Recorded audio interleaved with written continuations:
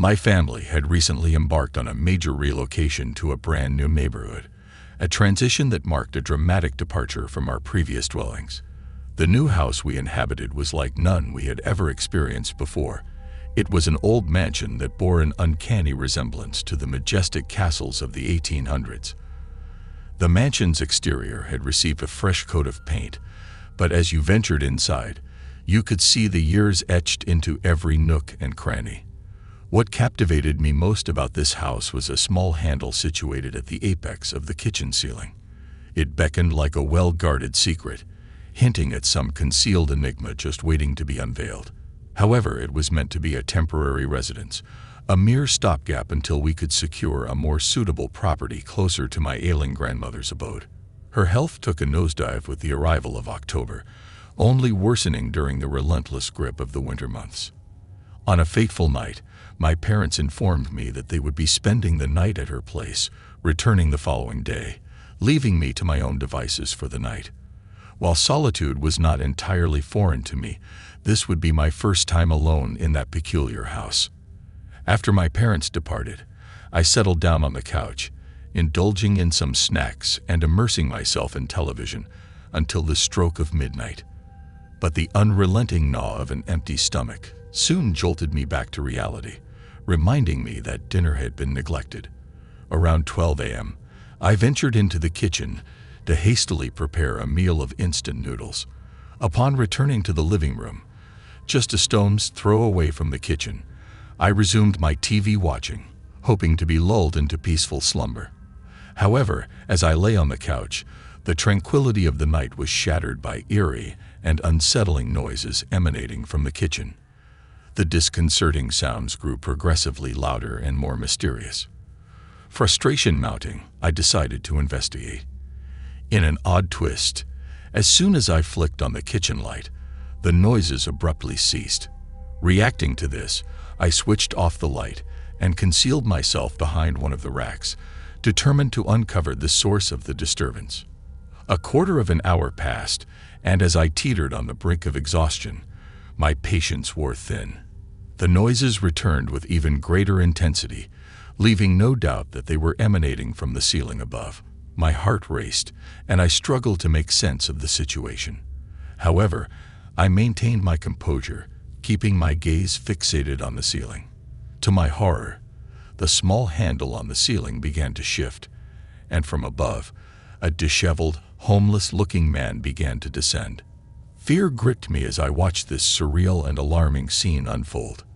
The man made his way into the kitchen, his intentions shrouded in uncertainty. Fortunately, I had my mobile phone close at hand.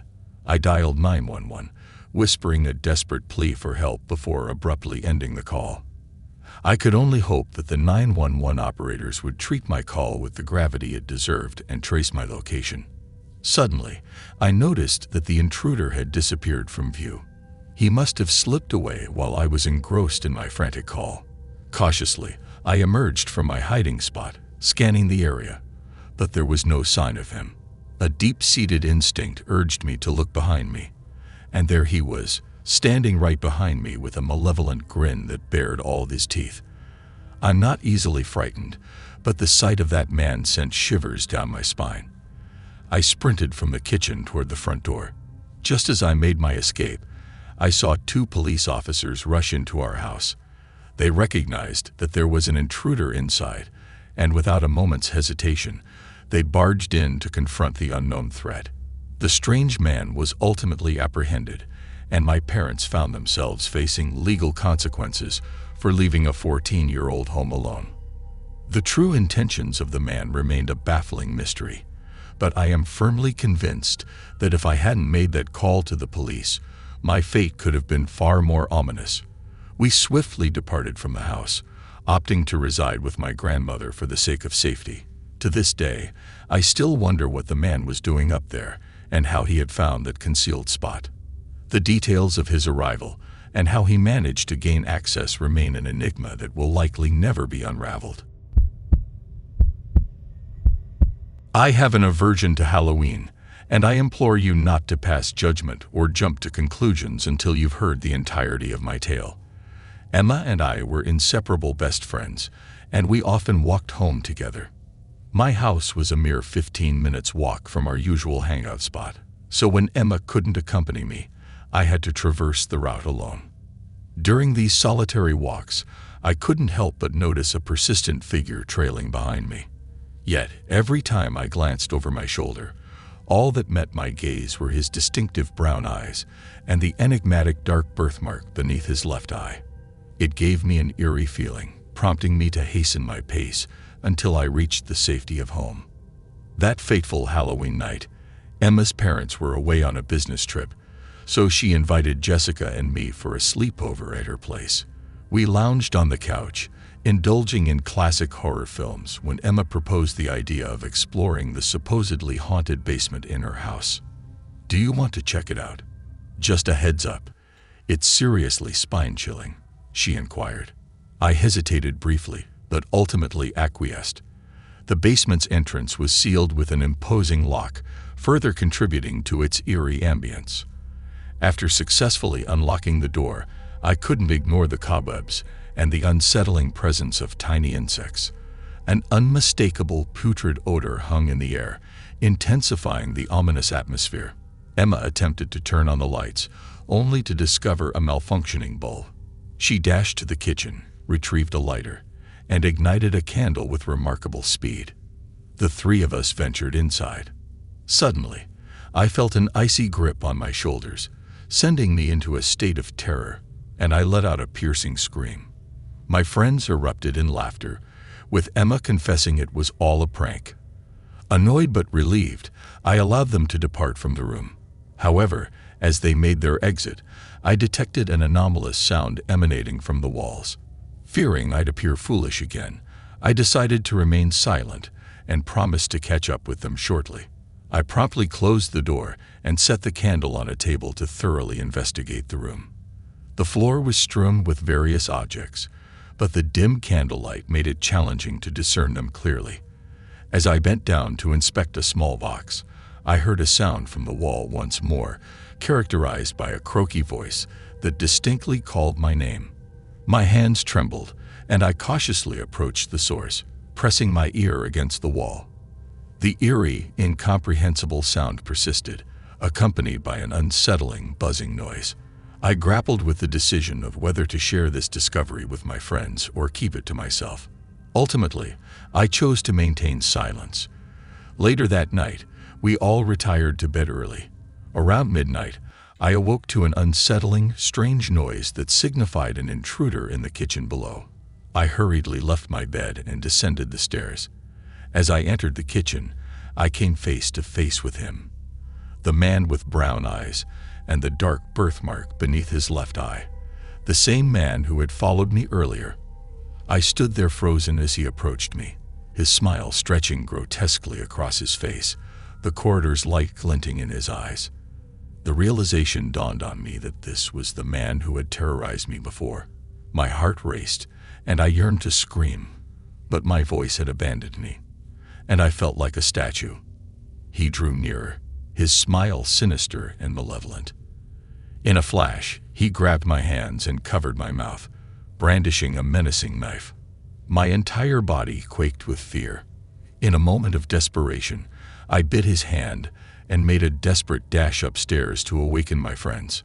To my horror, the door inside was locked, and all my frantic efforts to open it were in vain. I pounded on it incessantly, but it remained resolutely sealed. With the man now halfway up the stairs, I had no time to ponder. Without further hesitation, I leaped through the nearby window, fortunately not a great height, escaping without injury. I swiftly dialed 911, and as I found the courage to rise to my feet, the man had emerged outside. He pursued me with the knife, and just when I thought my fate was sealed, the police arrived in the nick of time. They apprehended the man, but as he was being led away, he chillingly muttered, "It's not over yet," his malevolent smile intact. That's when I noticed an unfamiliar phone on the floor, and upon checking it, I saw a message from my supposed best friend, Emma. It read, "She's in the room. Play the recording." My heart sank as disbelief washed over me. I rushed to the basement and swiftly uncovered a concealed audio device behind the wall. After a thorough police investigation, it was revealed that Emma and the man had plotted to murder me due to Emma's concealed jealousy of my relationship with Samuel. The betrayal was deeply painful, and Emma found herself in handcuffs, facing charges for attempted murder and conspiracy. I married Luke, my husband, after our initial connection on Facebook. Our love story began with a random friend request he sent, signaling the start of our journey. Just a few months later, we tied the knot. For Luke, this marked his second marriage, following the loss of his first wife to cancer a year earlier, leaving behind their 11-year-old daughter, Luna, whom she had been exceptionally close to. I hadn't met Luna before our marriage, primarily due to Luke's concerns about how she might react to our union. Luna was a reserved and introverted girl who rarely engaged in conversation with me. However, as time passed, I noticed occasional glances from her, filled with what seemed like disapproval from across the room. It was evident that she didn't harbor warm feelings for me, but Luke explained that this had been her demeanor since her mother's passing. I empathized, having experienced my parents' loss in a car accident when I was just 11 years old. Still, I had a sense that Luna's behavior had a deeper layer. About 3 months into our shared life, Luke had a business trip scheduled. With Halloween approaching, I viewed it as an opportunity to bond with Luna and hopefully win her over. I had always cherished Halloween from my own childhood. The next day, as I decorated for the holiday, Luna retreated to her room in apparent discontent. Her conduct became increasingly erratic and impolite after her father left for his trip. Recognizing her need for space, I decided to give her some time. Later, I prepared dinner and invited her downstairs, all while preparing a basket of candies for trick-or-treaters. Little did I know that Halloween night would turn out completely different from my expectations. After 10 p.m., when all the neighborhood kids had left, I locked the doors and retired to my room to sleep. Suddenly, around midnight, I awoke to find a face staring at me. I screamed in terror and pushed away whatever was on top of me. It was Luna, wearing a peculiar costume, with smudged black eyeliner around her eyes and lips. I was terrified, as I had never seen her like this before. In a raspy, chilling voice, she began to say, "You took my dad away from us. Mother will not forgive you." I was astounded by the fear emanating from an 11-year-old girl who had barely spoken full sentences to me before. I tried to persuade her to return to her room, but Luna continued to repeat her ominous statement.